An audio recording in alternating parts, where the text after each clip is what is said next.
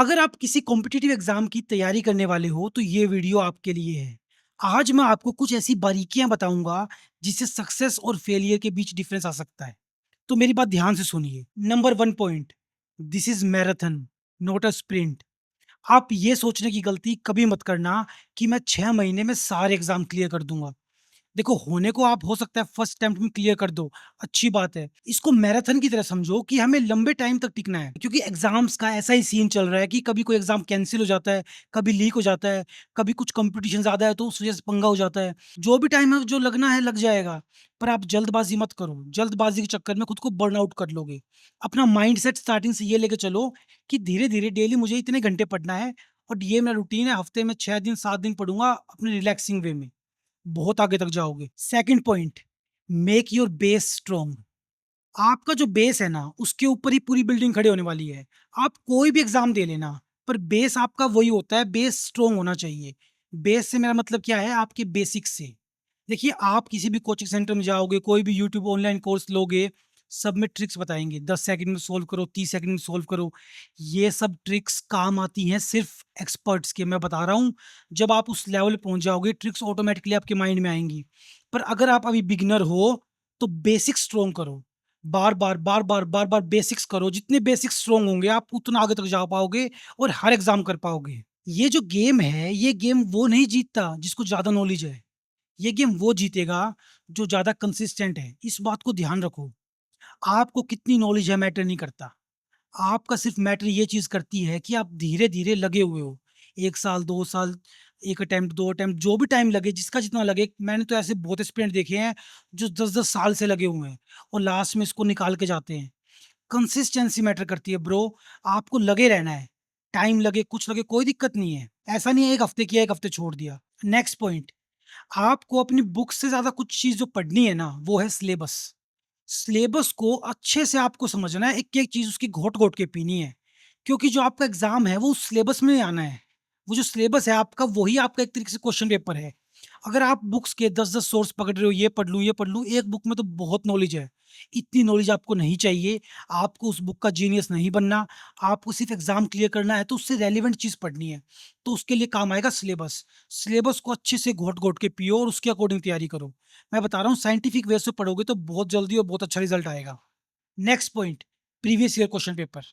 आपके किसी भी कॉम्पिटिटिव एग्जाम के लिए सबसे अच्छे दोस्त यही हैं। प्रीवियस ईयर क्वेश्चन पेपर देखते रहो और जिस टाइप के क्वेश्चन आ रहे हैं उसके अकॉर्डिंग तैयारी करो। समझ रहे हो? अपने हिसाब से, अपने मन से मत करो कि इस सब्जेक्ट में ज्यादा इंटरेस्ट है तो लगे ही हुए हो। प्रीवियस ईयर क्वेश्चन पेपर देखो कि किस तरह पैटर्न घूम रहा है, आजकल क्या चल रहा है, उसके अकॉर्डिंग करो। और side by side mock test लगाते रहो। आपने कितनी भी तैयारी की हो, फर्क नहीं पड़ेगा अगर आपने प्रैक्टिस ना की होगी तो। मॉक टेस्ट लगता रहे, डेली डेली मॉक टेस्ट लगता रहे, उसमें अपनी कमियां एनालाइज करते रहो और नेक्स्ट बार उसको इंप्रूव करते रहो। कोई आपको रोक नहीं पाएगा। नेक्स्ट पॉइंट, जैसा मैंने बताया कि ये मैराथन है, ये लंबी दौड़ है। आपको बहुत लंबे टाइम तक टिके रहना है। तो इसके लिए आपकी हेल्थ सबसे इंपॉर्टेंट है मेरे भाई। अगर आपकी हेल्थ बीच में खराब हो गई, तो आप पूरी रेस कंप्लीट नहीं कर पाओगे। तो डेली रूटीन में अपना आधा 1 घंटा हेल्थ के लिए ज़रूर निकालना है। उससे आपकी फिजिकल हेल्थ भी बेटर होगी और मेंटल हेल्थ भी। स्ट्रेस भी रिमूव होगा और एफिशिएंसी बढ़ेगी पढ़ने की। तो चाहे कितने बिजी हो, चाहे कुछ भी हो, डेली आधा 1 घंटा ज़रूर निकालो हेल्थ के लिए। Next point, social media. मेरे भाई ध्यान से सुनो। अगर आप जेन्युइनली सीरियस हो ना, अगर आप सही में सीरियस हो क्लियर करने के लिए, तो सोशल मीडिया आपको डिलीट करना पड़ेगा। आप सोशल मीडिया पे भी एक्टिव हो, चिल भी कर रहे हो और साथ में पढ़ भी रहे हो, दोनों चीज़ एक साथ नहीं हो पाएंगी। जैसे हमेशा से कहा जाता है ना कि स्टूडेंट को तो एक ब्रह्मचर्य टाइप से होना चाहिए, हर तरीके से वैसे रहना चाहिए। उतना चाहे आप ना कर पाओ, पर ये सोशल मीडिया को तो आपको हटाना ही पड़ेगा। माइंड को डिटॉक्स करना होगा। अगर आप सोशल मीडिया पे टाइम स्पेंड कर रहे हो, तो आपका कंसंट्रेशन स्पैन गिर जाता है। पढ़ाई कर ही नहीं पाओगे। इंस्टा वगैरह फालतू की चीज़ सब डिलीट करो। सिर्फ अपने काम से काम की चीज़ रखो। बहुत फ़ायदा होगा, ध्यान देना इस चीज़ पर। एंड लास्ट पॉइंट, ये पॉइंट बड़ा इंपॉर्टेंट है, आप ध्यान से सुनो। मैं बात कर रहा हूँ बैकअप के बारे में। अब बहुत से लोग आपको ऐसे मिलेंगे जो ये बोलेंगे कि बैकअप मत रखो। बिल्कुल भी बैकअप मत रखो।